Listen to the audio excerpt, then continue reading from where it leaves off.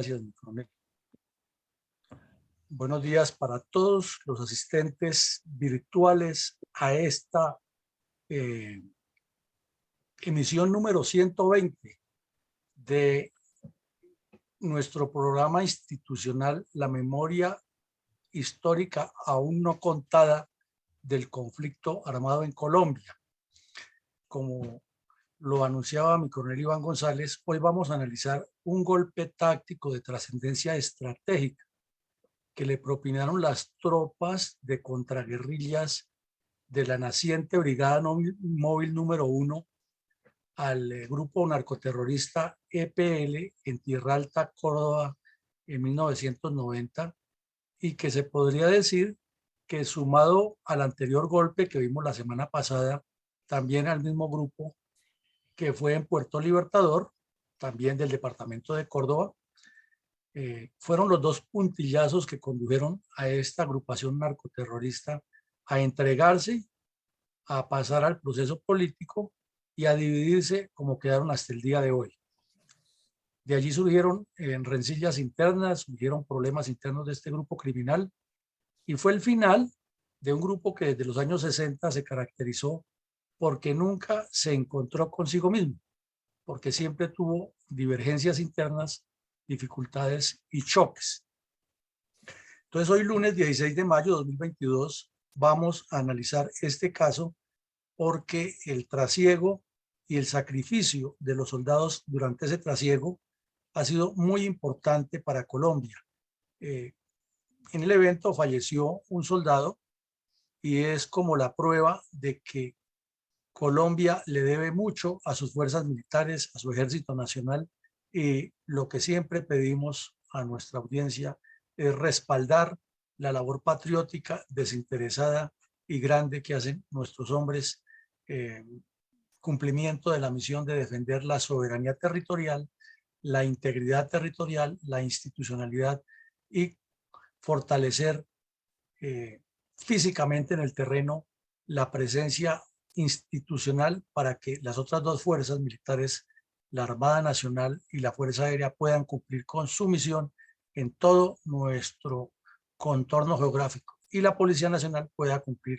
con la seguridad ciudadana. Es un trabajo permanente,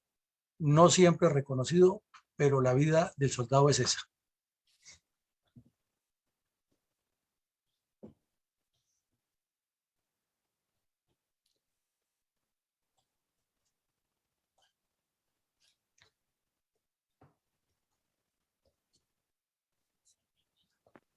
Mi coronel, con base en la prolongada historia de la violencia comunista contra Colombia, ¿cuál es la importancia geoestratégica de Tierra Alta, Córdoba? Tierra Alta, Córdoba, mi coronel González. Vemos en el mapa de la derecha de la pantalla una distribución geográfica, distribución política del departamento de Córdoba. Y vemos que se caracteriza porque al norte del departamento hay una buena cantidad de municipios. Diríamos que el 80% de los municipios de Córdoba está al norte, o más del 80, casi el 90, y que en el centro hay otra buena cantidad de municipios, no tantos, pero que en el sur del departamento, donde ha sido la zona más conflictiva, no hay sino 3 municipios. Y la explicación es sencilla, es la determinación geopolítica,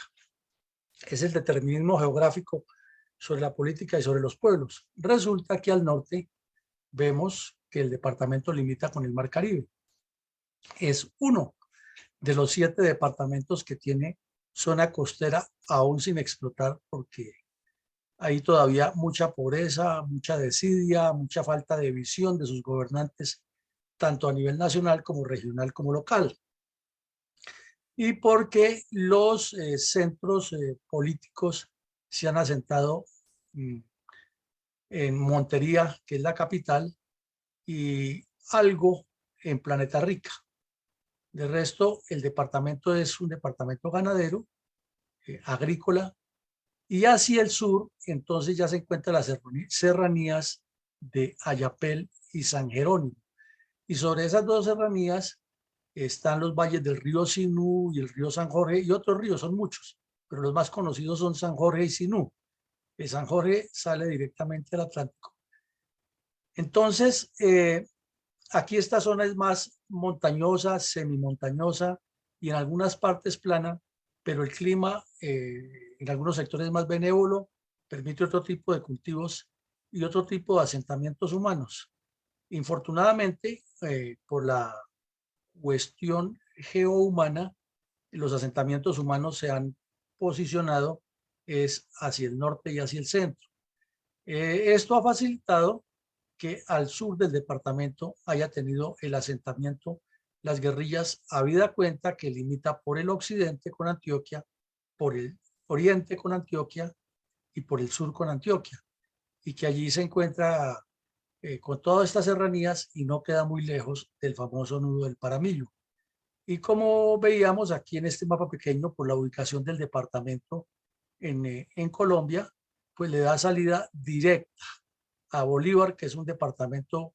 del centro norte de Colombia y que queda pegado prácticamente a Venezuela. Realmente no hay no cruzar el sur del Cesar y parte del norte de Santander y está en Venezuela, o hacia el occidente salir hacia el Atlántico, hacia el Pacífico y hacia el norte hacia el Atlántico y en el occidente hacia Panamá.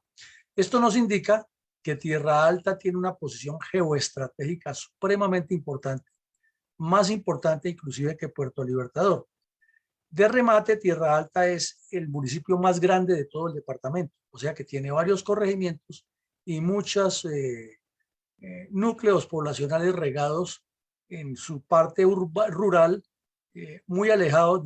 del desarrollo que se ha alcanzado en el norte del departamento, que repetimos no es el mejor, pero por lo menos por estar cerca de la costa,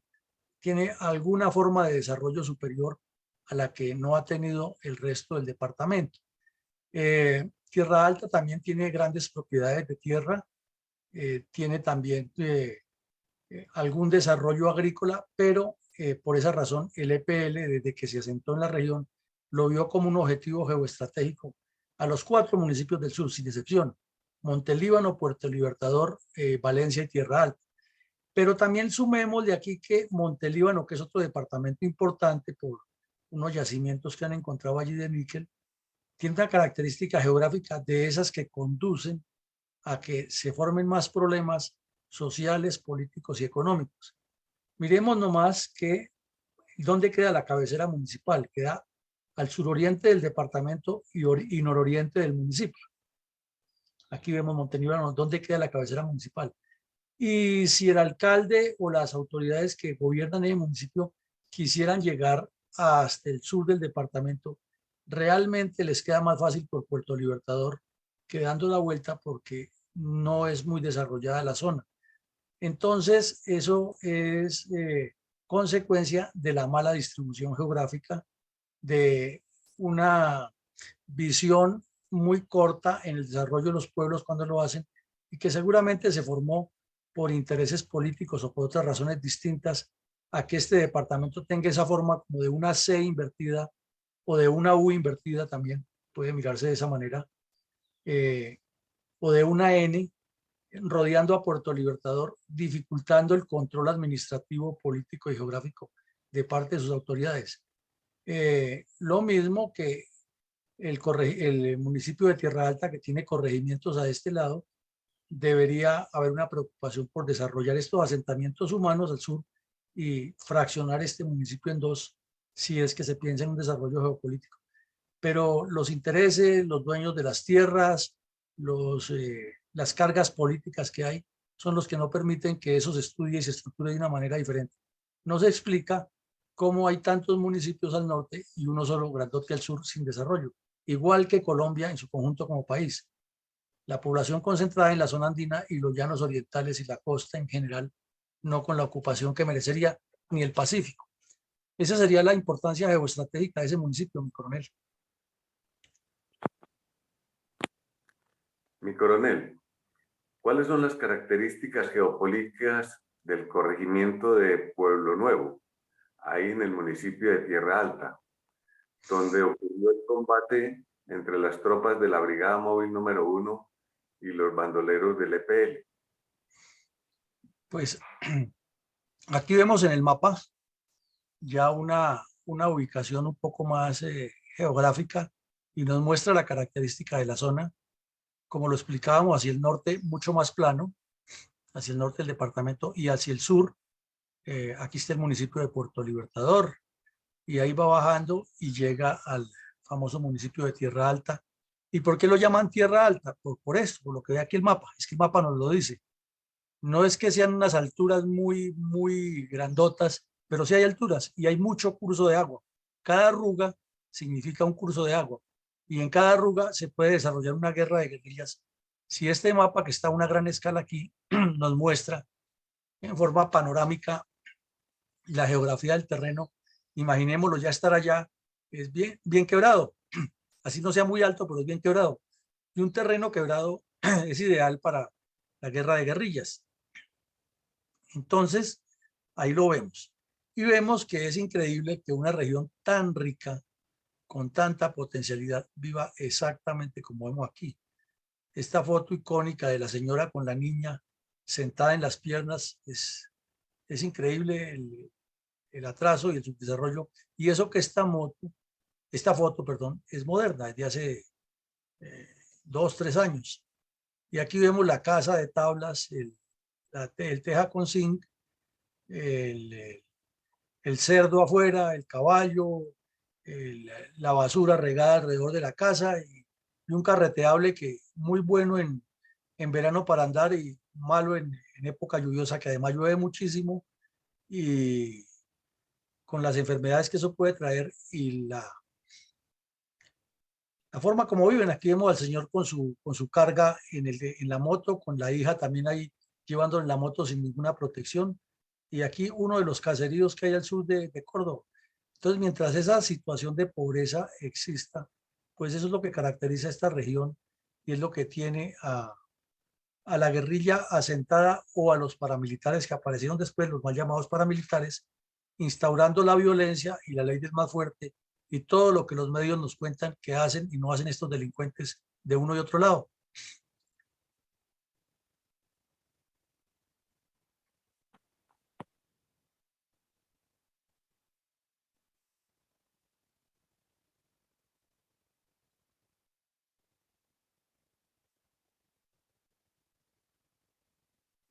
Se le fue el sonido, mi coronel González. Mi coronel, para mayo de 1990, cuando ocurrieron tales hechos, Colombia vivía una situación muy tensa de violencia narcoguerrillera, materializada en la cuestionada gobernabilidad del presidente Virgilio Barco. La violencia de la coordinadora guerrillera Simón Bolívar, que exigía una reforma a la Constitución de 1886, complementada por la presión terrorista de Pablo Escobar en las principales capitales. Y en ese orden de ideas, ¿cuál es la importancia estratégica del sangriento enfrentamiento armado entre las tropas de la Brigada Móvil número 1 y los bandoleros de la cuadrilla LPL en el mes de mayo de 1990, en el corregimiento de Los Patos, en el municipio de Tierra Alta? Bueno, mi coronel, entonces vemos que este mapa nos trae, y esta foto nos trae más una idea de lo que allí ocurre y por qué la guerrilla se ha hecho fuerte en esa región. Aquí vemos al fondo el río San Jorge. Y vemos que esta foto del norte quedaría más o menos hacia acá. O sea que había que girarla 90 grados hacia la izquierda y quedaría ubicada geográficamente para que coincidiera con el mapa. Y vemos que aquí está alguna de las formaciones que va teniendo el terreno. Una vegetación un poco extraña. La formación de esta tierra muestra que no es una vegetación exuberante como la de la selva tropical al sur o al centro del país, pero es una vegetación extraña, con mucha pringamosa de esa que pica cuando pasa el brazo por ahí. Y vemos los carreteables que están en medio de la formación cordillerana. Aquí en el mapa muestra el río Sinú, que desemboca en el mar Atlántico, como lo decíamos, y el río San Jorge, que va a unirse o va a ser afluente del Cauca y del Magdalena, donde se forma el gran nudo del Alto Magdalena, en Mompox y alrededores. Entonces vemos que se forma como una especie de valle entre los dos grandes ríos, y que forma otros valles con la serranía de Ayapel y la serranía de San Jerónimo, donde la guerrilla se puede hacer muy fuerte porque puede bajar al llano, donde hay una que otra formación de montaña, pero más plana hasta llegar al mar, que es completamente plano, o huir hacia el sur, hacia el oriente, donde ya la montaña les facilita moverse. Entonces, con un territorio de esta manera, en cualquier sitio puede haber una emboscada. Analicemos así por encima si una patrulla se mete por algún pliegue de estos, que además es lo único que permite moverse, pues está expuesta a una emboscada, porque el que está mirando desde las posiciones más o menos altas tiene el control del terreno. Y si anda por las carreteras, pues queda expuesta también a emboscadas. Y como se trata de un juego de quién es más hábil, pues hay que correr muchos riesgos. Entonces, el EPL para esa época, lo vimos la semana pasada, ha sido muy fuertemente golpeado aquí al oriente de Tierra Alta, en el municipio de Puerto Libertador. Y en ese momento andaban varios grupos sueltos en Urabá, en el resto de Antioquia y en Córdoba, siendo muy perseguidos porque la Brigada Móvil y la 11ª Brigada entraron con todo su potencial a perseguirlos. Y entonces, así como los ríos se convierten en una facilidad para que los delincuentes se escondan, también se les convierte en una dificultad cuando están siendo perseguidos, porque si no consiguen rápido los medios de paso para cruzar a otro lado, tienen que comenzar a caminar también siguiendo el río, y si la tropa tiene las facilidades de colocarles unidades helicoportadas o motorizadas rápido en distintos sitios, los pueden cerrar. Además, los ganaderos de la región estaban ya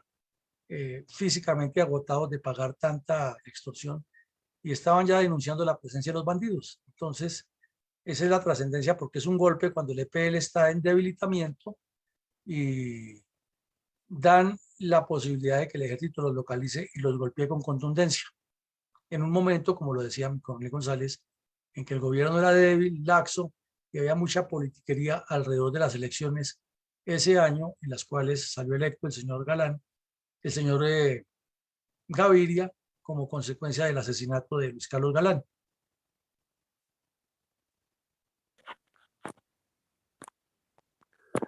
Mi coronel, ¿cuál era la situación de las guerrillas en el convulso sur de Córdoba en ese mes de marzo de 1990? Bueno, mi coronel, hacer una descripción analítica de lo que era la coordinadora guerrillera Simón Bolívar en Córdoba, eso sería toda una conferencia, todo un tema, y daría hasta para un libro o más libros. Pero trataremos aquí de muy concretamente tocar algunos aspectos que nos dejen un mapa descriptivo de lo que estaba sucediendo en Córdoba en ese momento, que no era diferente a lo que estaba sucediendo en el país en su conjunto con las guerrillas. Entonces, lo hemos visto, había una serie de contradicciones internas dentro de la coordinadora guerrillera Simón Bolívar. Por un lado, era clara la intención de las FARC de cooptar todas las guerrillas, de asumir la dirección revolucionaria del proceso y de someter a los demás grupos terroristas a la misma dinámica que querían someter al gobierno, o sea, imponerles la voluntad del señor Jacobo Arenas y de Tiro Fijo, que eran los que cantaban, eran la voz cantante de la coordinadora. Además, porque los tenían alojados allí en Casa Verde con la venia del presidente Barco y Álvaro Leiva Durán, y vivían sabroso. Entonces atacaban en todo el país, pero el ejército no podía entrar, la Fuerza Aérea no podía entrar a Casa Verde. Sin embargo, como vimos el día viernes, el general Correa Castañeda no tuvo ningún impedimento de tipo político y decidió militarmente entrar al Estado Mayor del Bloque Oriental y golpear fuerte a la estructura que dirigía el Mono Jogoy. Y eso pues causó un impacto importante en la población, porque le demostró al país que el ejército, las fuerzas militares sí entraban donde estaban los bandidos y que se podían atacar. Entonces eso generó contradicciones internas dentro de la coordinadora guerrillera, porque se dieron cuenta que no eran tan fuertes ni que las FARC eran intocables como ellos pretendían darle a la coordinadora. En segunda medida, el golpe que analizamos la semana pasada, que le propinó la brigada móvil, también esta misma brigada, a una cuadrilla del EPL en Puerto Libertador, directamente contra el campamento central, los tenía en choques. Y ya se vislumbraba en ese momento que los que han sido antiguos miembros del EPL, que en ese momento integraban el ELN, o sea, me refiero a León Valencia y su combo de bandidos, y estaban en contradicciones internas con el ELN y pensaban entregarse. Y el M-19, que había sido también uno de los fundadores de la coordinadora guerrillera Simón Bolívar, había sido derrotado por el ejército en distintas regiones y estaba en proceso de entrega y desmovilización. Y estaban buscando posicionarse para la Asamblea Constituyente, moviendo a toda la juventud que apoyaba la séptima papeleta. Como vemos, había una serie de contradicciones internas, más lo que estaba pasando en Venezuela, que el señor Chávez estaba planeando el golpe de Estado, y con el Partido Comunista Venezolano tenían otra idea con las FARC, que quería seguir siendo la que dirigía la coordinadora guerrillera. Es una situación convulsa y de análisis que, como le digo, es mucho la tela que hay para cortar ahí. Paralelamente, las autodefensas de los hermanos Castaño iban creciendo con personas que se desmovilizaron del EPL y que fueron víctimas también de la persecución por parte de las FARC y del EPL, que los llamaban traidores, y la única opción que le quedó a esa gente pues fue unirse a los mal llamados paramilitares, porque si no, del contrario, los asesinaban los antiguos compañeros de ellos. Esa es una parte que no le cuentan al país y que siempre han pintado a las autodefensas como una manada de asesinos que vinieron a matar a campesinitos, y claro que lo hubo. Sí hubo violencia por parte de estos delincuentes de las autodefensas, pero realmente el fortalecimiento de las autodefensas y su criminalidad se debe a que fueron exguerrilleros perseguidos por sus compañeros por el solo hecho de haberse desmovilizado. Entonces, todos los programas de tierras, de ayuda para que sembraran, y todos los procesos que le dio el gobierno al EPL, que se creó un partido Esperanza, Paz y Libertad, quedaron en veremos o lo perdieron, porque las FARC y el EPL, que no se desmovilizó, o sea, el que dirigía Caraballo, los persiguieron, y a esta gente no le quedó otro camino que unirse a los mal llamados paramilitares. Y por eso crecieron los mal llamados paramilitares, y por eso fueron tan salvajes y tan criminales, porque casi todos eran exguerrilleros, una manada de delincuentes que ya tenían experiencia en asesinar, y siendo perseguidos por asesinos, pues como los conocían y sabían cuál era su eslabón débil, iban y les mataban a los auxiliadores y a los que los acompañaban. Si esa historia se contara como es, seguramente habría más comprensión del fenómeno como pasó. Y luego, pues ya cuando se metieron al narcotráfico, sí, que entre el diablo y escoja. Como lo venimos diciendo, el EPL se estaba rindiendo y estaba en ese proceso que estamos explicando. Unos siendo perseguidos y otros que lograron venirse a las ciudades. Sin embargo, algunos que vinieron a vivir a Medellín, allá también los persiguieron y los mataron donde estuvieran. Vemos que había otro grupo también en la región, en Sucre, que era de línea comunista agraria, que era el Partido Revolucionario de los Trabajadores. Y este grupo criminal también cometía actos delictivos, también asesinaba, también robaba, también colocaba bombas, como todos los grupos armados comunistas. Y la corriente de Renovación Socialista, que es la de el señor León Valencia y los demás bandidos que se desmovilizaron con él, estaban buscando entregarse, porque después de pasar por 14 divisiones que tuvo el EPL, ya vieron que lo mejor era ir a pelechar de las mieles del Estado al que tanto habían combatido y contra el que habían generado tanta violencia y tanta desazón en nombre de la toma del poder. Por otro lado, en Córdoba, entonces, en la proporción en que el EPL iba reduciendo su influencia, las FARC iban aumentando su presencia geográfica y política. Aquí también es importante contarles que años antes de esto,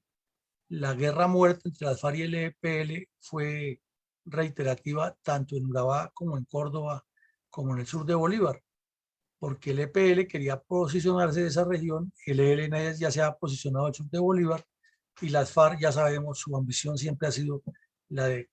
colonizar todo el territorio nacional, y era la orden del secretariado: colonicen a las buenas o a las buenas. Y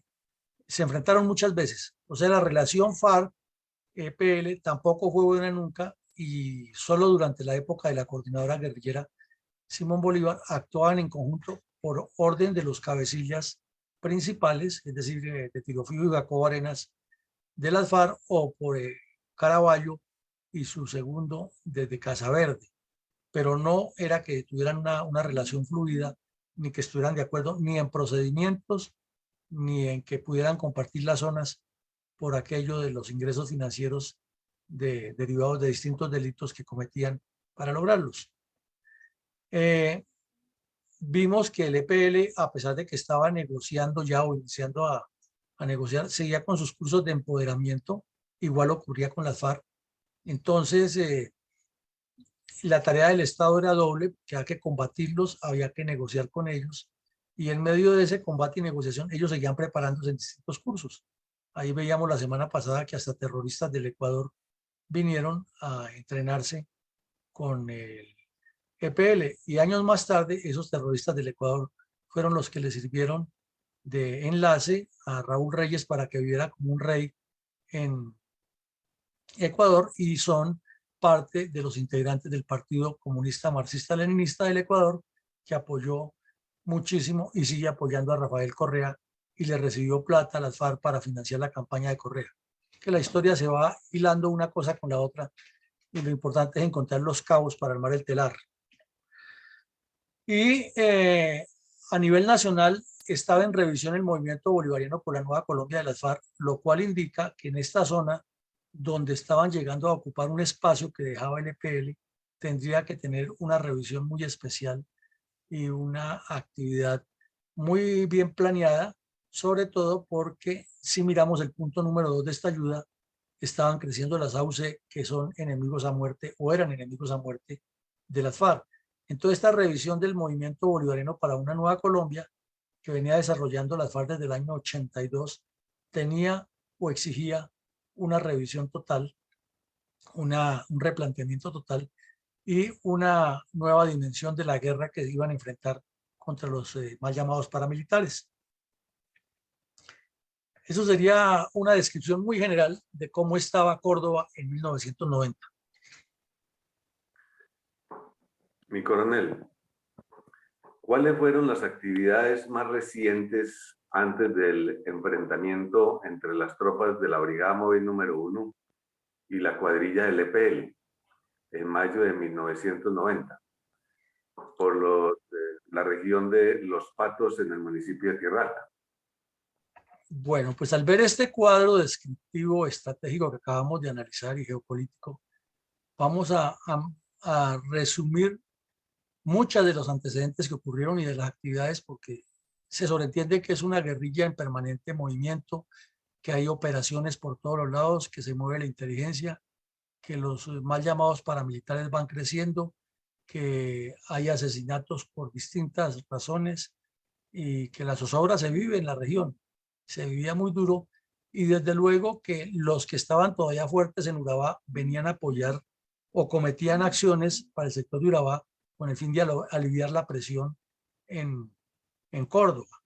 Entonces miremos algunos de los antecedentes. La Brigada Móvil número 1 fue creada como la primera unidad de combate helicoportada, que podía golpear objetivos de manera rápida, pero no existía todavía un sistema de reclutamiento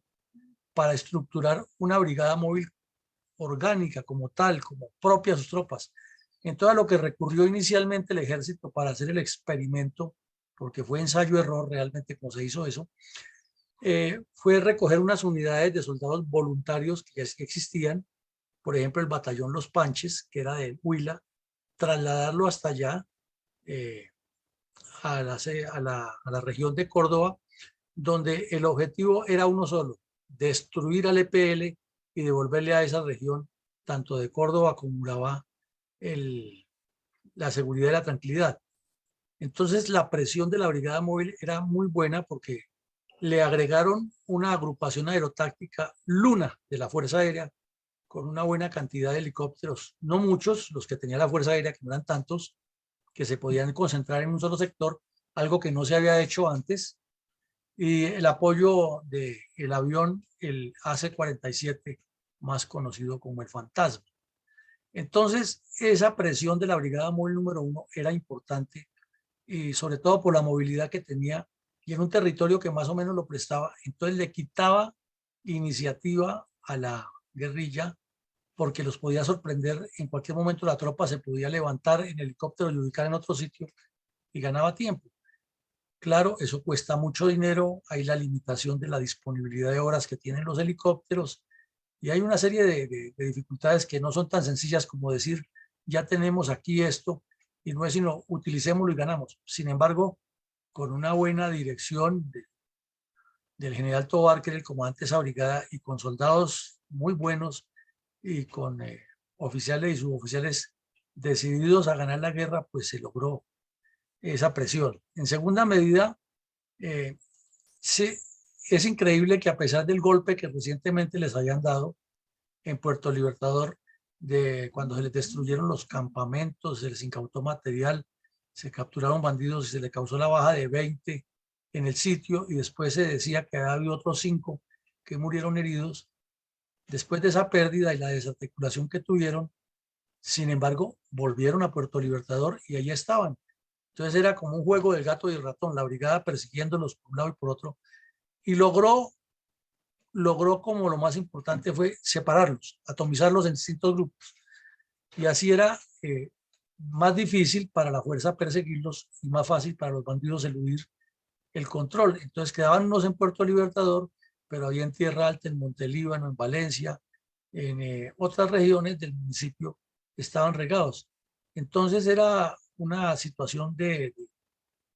permanente búsqueda y de permanente huida de parte de los bandidos. Luego vieron que como ya los ganaderos evidenciaron que el Estado estaba ganando en la guerra, no les volvieron a pagar la extorsión y se negaban a pagarse. Entonces los bandidos optaron por robarles el ganado, venderlo por su cuenta, y ahí pues daban posibilidad de perseguirlos, o ir y prenderle candela a los hatos o a los corrales donde estaba guardado el ganado, diciendo como el dicho, ni para Dios ni para sus santos, si ustedes no nos dan a nosotros, entonces que se mueran todas las reses, y sacrificaban esos animales incendiándolos. Estaban dedicados también al cobro de extorsiones a pequeños comerciantes, a los transportadores, a ganaderos que todavía pueden extorsionar, a finqueros, y con desplazamientos hacia el Bajo Cauca a extorsionar a los mineros. También tenían un escondite en Santa Fe de Realito, que ahí es donde se realiza la operación, porque el dueño de la finca, que toda la vida había estado presionado por ellos, un señor de nombre Jesús Díaz, que lo han extorsionado muchísimas veces, fue y los aventó donde estaban escondidos, por lo menos el grupo al que se le causó este golpe. Y también se recibió una información paralela de que había una presencia de bandidos en las bocas del río San Jorge. Entonces comenzó la evaluación de parte de la brigada móvil, si hacer las dos operaciones al tiempo, pero no tener las tropas suficientes para hacer una sola maniobra, o hacer una primero y luego la otra. Entonces se optó por el golpe en Santa Fe de Realito, que es el que vamos a analizar hoy cómo sucedió.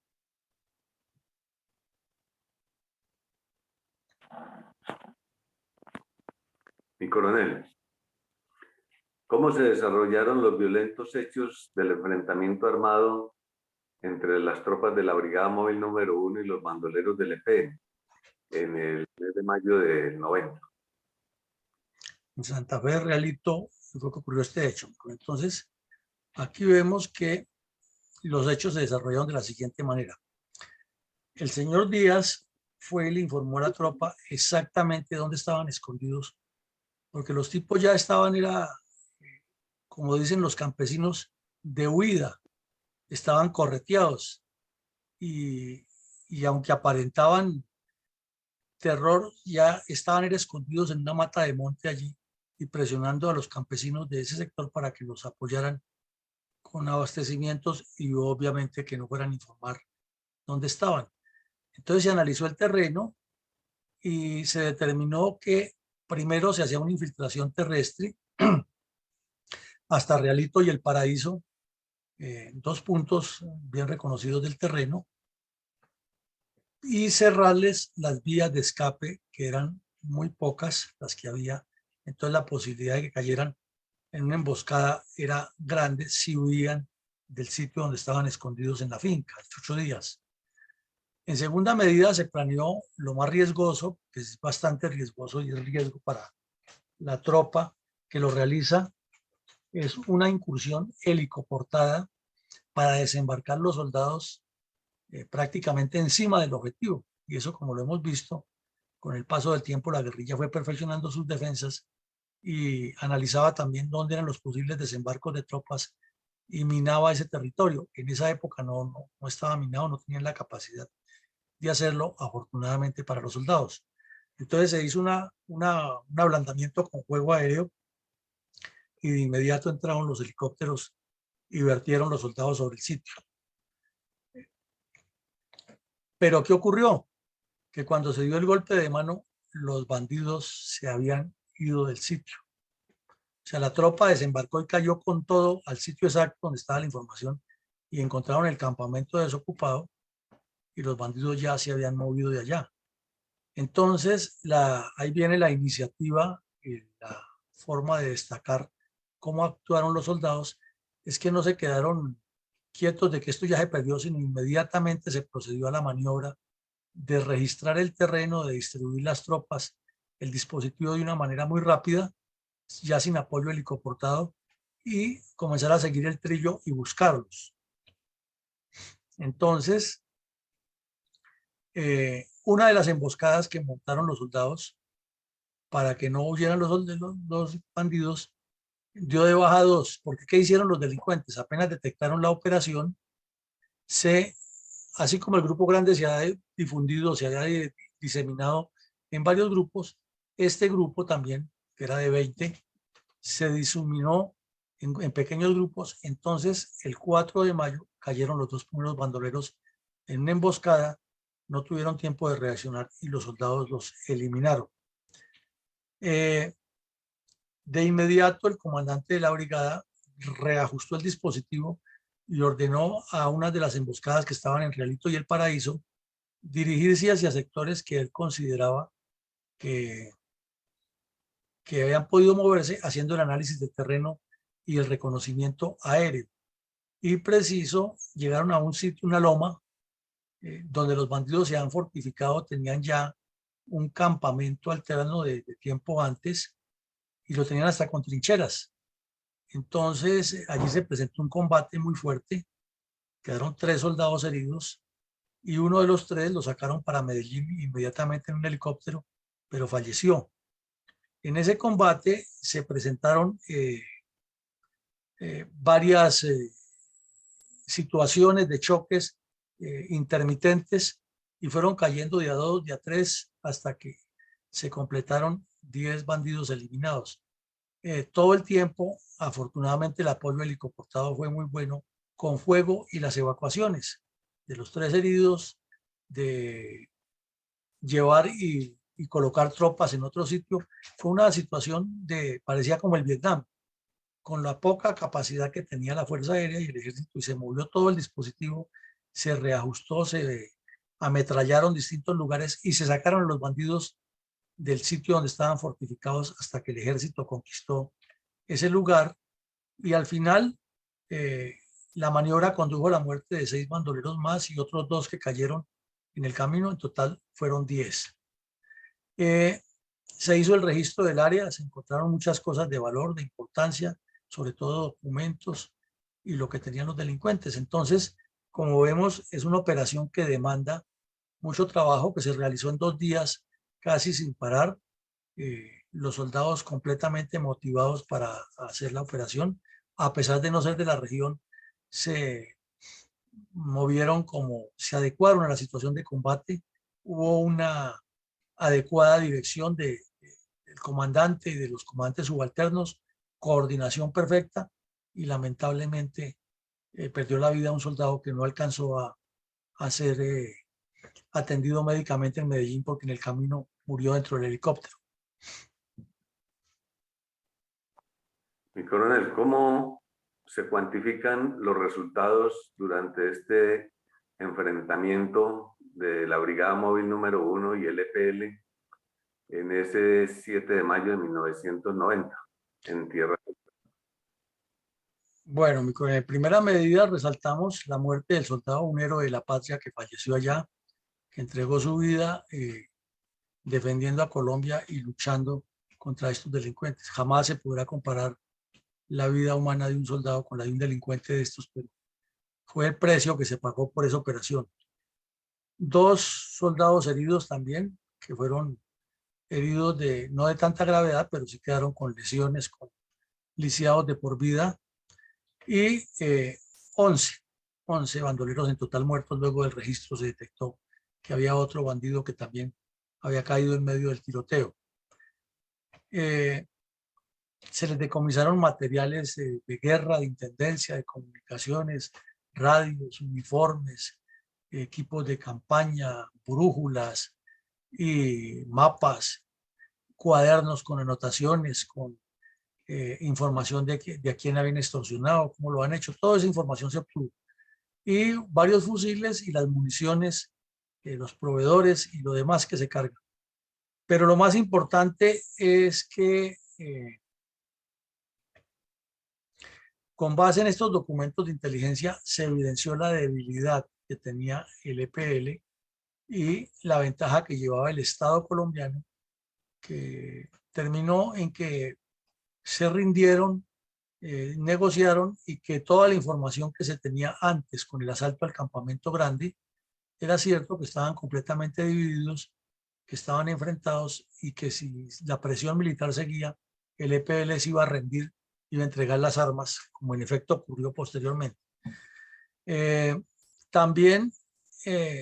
otro resultado que queremos resaltar es que los mal llamados paramilitares de esa región se fortalecieron como consecuencia de que los finqueros los vieron como la solución, que les ayudaban a evitar que la guerrilla volviera a extorsionarlos. Y como muchos de estos se han pasado ahora para los paramilitares, entonces ahora actuaban supuestamente en defensa de los que antes habían agredido, y eso dio margen a otra dinámica de violencia que vino enseguida cuando estos grupos criminales formados por delincuentes de la peor laya terminaron en el narcotráfico y haciendo barbaridades iguales o peores a las que hacían cuando estaban en el EPL. Y a estos se unieron gente del ELN y de la FARC también, que como vieron que a los mal llamados paramilitares ya les pagaban sueldo, lo que no hacían en la guerrilla, entonces se unieron y comenzaron a delinquir peor que cuando estaban en los grupos FARC, ELN y EPL. Es una dinámica complejísima, una realidad que hay que contarla como pasó y que este departamento la ha sufrido por muchos años. ¿Cuáles son las consecuencias futuras derivadas de este combate de la Brigada Móvil número 1 contra los bandoleros del EPL en mayo del 90 en Tierra Alta? Bueno, entonces, como segundo golpe fuerte al EPL, tiene como consecuencia que el Estado asume la iniciativa táctica y estratégica y los arredra, los arrincona, después de que han sido los amos, dueños y señores del sur de Córdoba, del noroccidente antioqueño, del sur de Bolívar y del suroccidente de Sucre. Ellos eran los dueños allá, eran los que imponían la ley y el orden, y ese segundo golpe al EPL los condujo a la desarticulación del grupo criminal y al fortalecimiento de la presencia o de la autoridad del Estado, porque la presencia sigue siendo muy pobre. Aquí hubo nuevamente la demostración de que la soberanía del país está por encima de la debilidad presidencial y que fueron las fuerzas militares. Esto es algo que hay que contarle al país, contarle al mundo y a la historia. Fueron las fuerzas militares con sus acciones las que le demostraron a la delincuencia organizada que primero está la Constitución, las leyes, el país, la organización del Estado, a la debilidad de un presidente y su vanidad de estar buscando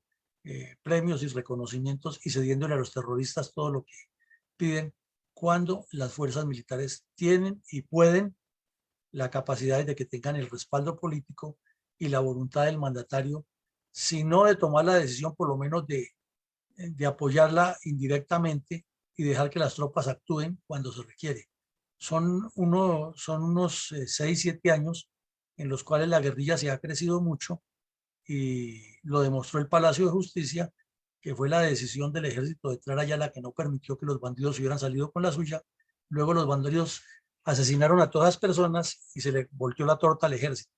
Pero hubo un acto de soberanía sobre la debilidad presidencial. Lo mismo hemos visto en estas operaciones helicoportadas, que fueron una transición del ejército colombiano y las fuerzas militares en el combate, en las cuales la visión de soberanía y de seguridad nacional para eliminar el terrorismo como elemento o agente destructor, como una interferencia sustancial a la seguridad nacional, fue gracias a una decisión militar y no política. Sin embargo, vino el gobierno de César Gaviria Trujillo y politiqueando le entregó un montón de cosas a la guerrilla con esa constituyente que debilitó muchísimo la presión militar que ejercían sobre las guerrillas. Una de ellas fue quitarle la potestad a las fuerzas militares de hacerle los consejos de guerra a los delincuentes, porque eso era rapidito que terminaban condenados. Ahora pasan años y años y por último terminan siendo indemnizados por el Estado. La otra fue que se incrementó la experiencia en operaciones aeroterrestres y fue el camino para que se crearan ya el Comando de Operaciones Especiales de Contraguerrillas, que se llamaba el COEC, y se fortalecieran ya no una, sino 2 brigadas móviles que fueron como la matriz, fueron el ejercicio fundacional de este tipo de unidades que en 10 años, de ahí en adelante, pusieron en jaque a la guerrilla a pesar del crecimiento de la guerrilla. Fue una etapa de crecimiento paralelo, pero al final el Estado tuvo más capacidad. Y más cuando los gringos nos impusieron el Plan Colombia, debido a que les tumbaron las Torres Gemelas, fue más fácil todavía para continuar esa lucha. Pero ahí nace la necesidad de fortalecer las operaciones aeroterrestres y queda demostrado que el problema es político, que es la debilidad de los políticos y que es la falta de visión estratégica la que ha permitido que la guerrilla se crezca. Fue una demostración en el terreno de lo que realmente ocurría. Pero claro, los medios de comunicación se limitaron únicamente a informar el, el golpe, la operación, y nunca entrar en esta precisión, porque ni hay periodistas que tienen esa visión, esa formación estratégica, ni a los directores de los medios les interesa que se publique más allá de lo que favorezca al gobierno de turno o al que les está dando pauta para que se mantengan, pauta publicitaria. Otra consecuencia de esto es que se vio la necesidad de robustecer la inteligencia y por eso el arma de inteligencia fue creciendo hasta tener un sistema, un servicio de inteligencia en Colombia que es modelo en Latinoamérica a pesar de los daños que le han causado, como el que le causó el señor Santos, que pretendió desarticularlo completamente y les quitó muchísimo del poder que tenían porque las FARC lo exigían en Cuba, ya que los bandoleros sí saben clarito dónde está el elemento que les ha causado daño, y ellos lo saben, que ha sido las unidades aeroterrestres, las operaciones aeroterrestres, las operaciones aerotransportadas y helicoportadas y el servicio de inteligencia. Eso lo saben muy clarito y lo hablaron en La Habana 1000 veces y lo siguen hablando hoy en día, y por eso vemos tanta persecución contra la inteligencia militar, tanto señalamiento, y cómo insisten cada vez que hay un bombardeo que lo que están matando es niños y que los están persiguiendo. Es porque ahí está el detalle. Saben que este nuevo sistema que se instauró a partir de los golpes contra el EPL, contra las FARC en 1990, 89, 91, es donde los ha aflojado y no les ha permitido avanzar hacia la toma del poder. Por eso es que atacan tan duro a ese par de entes. Se le terminó de conocer todo el área base al EPL y se fue desarticulando porque había mucha información que se tenía, pero información general. Aquí ya fue con documentos, con nombres, con sitios, con procedimientos, y pues obviamente de ahí para allá combatirlos era más fácil porque se tenía toda la información. Y hubo una motivación no solo en la región, sino en todo el país para golpear a la coordinadora guerrillera Simón Bolívar y ver que aunque el que va a dar va a recibir, el Estado es el que tenía la iniciativa y que las fuerzas militares iban mejorando su capacidad porque mostraban resultados. Obviamente hubo sitios, como lo hemos analizado aquí ya en otros casos, donde las FARC especialmente llevaron la iniciativa o por la insuficiencia de tropas o por la habilidad de los bandidos para atacar de sorpresa, sobre todo la infraestructura, porque unas unidades del ejército moviéndose a pie, sin ni siquiera vehículos, para cubrirte tramos de 100, de 80, de 90 kilómetros, era muy difícil llegarle a los bandidos en ese momento, ya que no en todo el país se contaba con el apoyo de los helicópteros ni del fuego aéreo. Y esto también dio como consecuencia es que de los 20 murieron 11 y los otros 9, como en la canción de Martina, el amigo del caballo ni por la pistola volvió. Nunca se supo qué pasó con estos bandidos. Seguramente terminaron también con sus compañeros dentro de los mal llamados paramilitares, pero esa cuadrilla desapareció completamente. Y eso indujo a que las demás se fueran rindiendo o que cayeran en combate. Y por último, vino ya la desmovilización de la mayoría del EPL. Entonces, en síntesis, esto es una etapa de la historia de Colombia que no se ha contado como es, pero que si hilamos y unimos una cosa con la otra, finalmente la conclusión es una sola. El responsable de todo este desangre se llama Partido Comunista Colombiano. Y cuando se dice que violencia bipartidista, como lo hemos cuestionado abiertamente en este programa,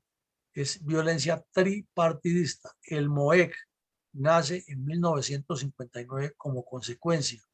de las protestas contra el gobierno de Rojas Pinillo, orquestada por la oligarquía colombiana, como dicen los mismos comunistas, porque no les gustaba que el general les había salido adelante y se unieron hasta con el diablo para tumbar al gobierno de Rojas y le dieron mucha cabida a los estudiantes de la Juventud Comunista de la Universidad Nacional y de ahí nació el MOEC. Y el MOEC tuvo todas las disensiones que hemos visto y del MOEC nació el M19, el EPL, las FARC, y el EPL fue el más fuerte del MOEC en su nacimiento, el que más contradicciones tuvo, 14 escisiones entre los años 60 y los años 90 y todo este terrorismo causado en esta región con un solo origen, Partido Comunista Colombiano. Entonces, la historia hay que contarla como es y hay que ponerla en blanco y negro sobre la mesa para que los analistas la entiendan mejor y no se le enseña a la juventud los informes sesgados del padre de Ru y de todos los que han elaborado memorias históricas contando unas narrativas falsas de que eran unos pobres campesinitos y que el ejército llegó a matarlos y el Estado a bombardearlos, cuando lo que hay detrás de todo eso es un proyecto estratégico, como lo hemos visto a lo largo de este curso ya de 120 sesiones de la memoria histórica, armando un rompecabezas, poniendo una pieza y la otra hasta que nos quede el mapa completo. Teniendo en cuenta que han transcurrido 32 años de este episodio, ¿cuáles conclusiones de orden político, militar, social, geopolítico y moral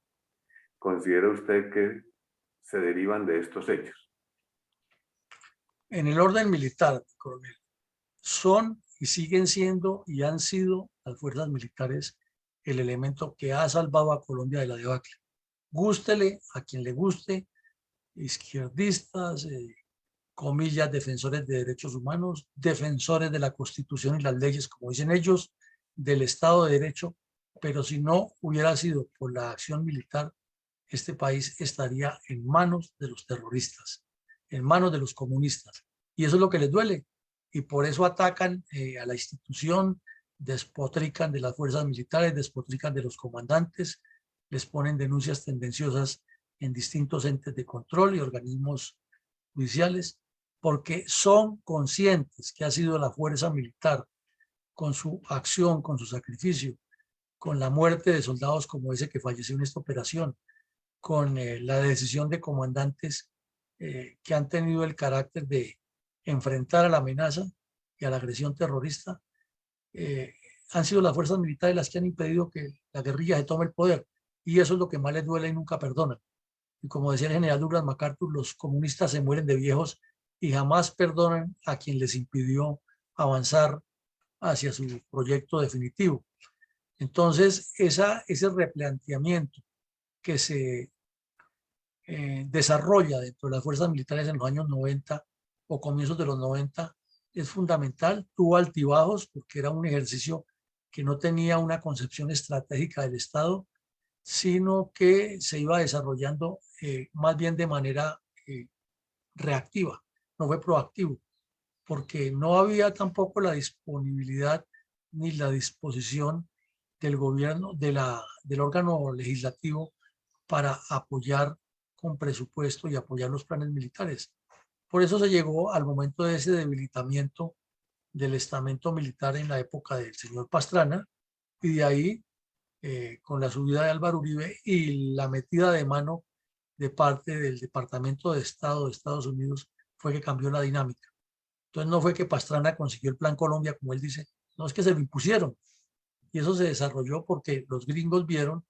que realmente el problema era de voluntad política, pero como ellos tienen que defender la democracia, y así sea en apariencia, entonces mantuvieron la caña de que ha sido la iniciativa de Pastrana. ¿No? Eso fue una orden prácticamente del Pentágono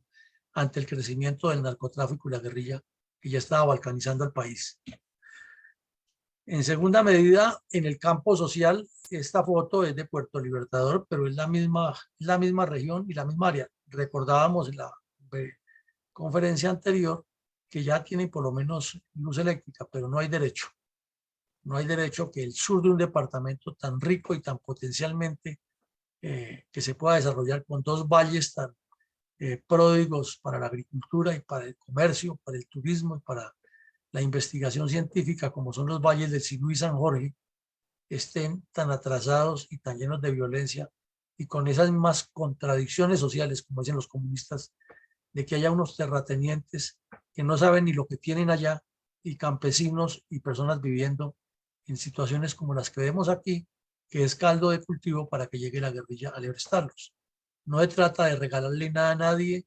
ni de repartir lo que ya tienen los que poseen, como dicen los comunistas, sino darle otra dinámica a la economía, darle otra dinámica a la vida social, darle otra dinámica a los campesinos, crear centros de investigación, multiplicar la educación, traer el comercio, traer vías de desarrollo. Eso es lo que tiene que hacer el Estado para que esas comunidades no vivan en esos estados de miseria ni sean presa de que la guerrilla los reclute. En el campo político, volvemos a ver que se relaciona una cosa con la otra. No ha habido esa sinergia, esa claridad geoestratégica, esa claridad de que para qué es la fuerza militar como parte de la seguridad del Estado, pero al mismo tiempo cuál es la función y la obligación del desarrollo que tiene un gobernante. No lo han entendido así y todavía hay gobernantes que piensan que las fuerzas militares y de policía son su comodín para fortalecerse en sus fortines políticos o politiqueros y que son ciudadanos de tercera que mueren y ahí habrá quien los reemplace porque es un pueblo que aporta bastante núcleo humano para eso. En el campo geopolítico, claro, otra región, otro corazón geopolítico que estamos viendo, sur de Córdoba, un enclave estratégico enmarcado por dos serranías y dos valles riquísimos, pero completamente olvidados y con unas desigualdades sociales y una falta de Estado increíble. Y cuando hay todo eso quiere decir que no hay visión geopolítica. Entonces cuando aparece por ahí cualquier estulto a decir que un dirigente político no debe saber, que la geopolítica no es importante, nos está demostrando que es que el problema es estructural, que es que estamos en medio de una nación donde hay gente supuestamente ilustrada con títulos y postítulos, pero que en realidad está completamente desfasada frente a la realidad de lo que vive el país y a la importancia geopolítica de sus zonas potencialmente de desarrollo. Y por último, en el campo moral, es la sumatoria, como lo decimos siempre, de todos los anteriores, de un país que se precia de ser católico, apostólico, romano, cristiano, que tiene fama de ser solidario en las crisis, pero que no entiende que ese esquema tan marcado de una terratenencia sin ninguna visión de desarrollo, argumentando solamente que pertenece y que hay que defender la propiedad privada, lo cual hay que defenderla a costa de lo que sea, pero no ese tipo de propiedad privada que no se eh, extiende, que no se desarrolla en, valga la redundancia, desarrollo social, político y económico. Entonces, vemos que aquí hay un cuadro para seguir analizando, para seguir viendo que la etiología de este conflicto no es como la pintan los comunistas, pero tampoco es como nos la pintan los que dicen que defienden la tierra como gran propiedad privada, sino que hay que pensar es cómo se hace que esa tierra sea completamente productiva para unos y para otros y que se conserve lo que es más importante, el derecho a la propiedad privada, pero que los seres humanos que ocupan esas regiones tengan la posibilidad de desarrollarse como personas y que no vivan en pleno siglo XXI como si fuera en el siglo XVI, pero ya con energía eléctrica. Eso no tiene razón de ser. Entonces, con esto, mi coronel González, pasamos a sus conclusiones que, como siempre, tienen que dejarnos mucho que reflexionar. Muchas gracias. Pues este episodio nos hace recordar algo de la historia de la expansión antioqueña que siempre se ha mencionado que fue hacia Caldas, pero casi no se menciona la que fue hacia el norte, hacia el departamento de Córdoba, donde bastantes paisas se fueron a desmontar, preparar tierras, crear ganaderías y cultivos, etcétera, en los valles del San Jorge, del Sinú y todo el sur de Córdoba, incluida hasta la propia familia, donde sufrieron después, años después, cuando ya la tierra era productiva, el abuso de estos terroristas, que los obligó después a vender por poco valor esas tierras, después de haberlas convertido en productivas. Y eso, lógicamente,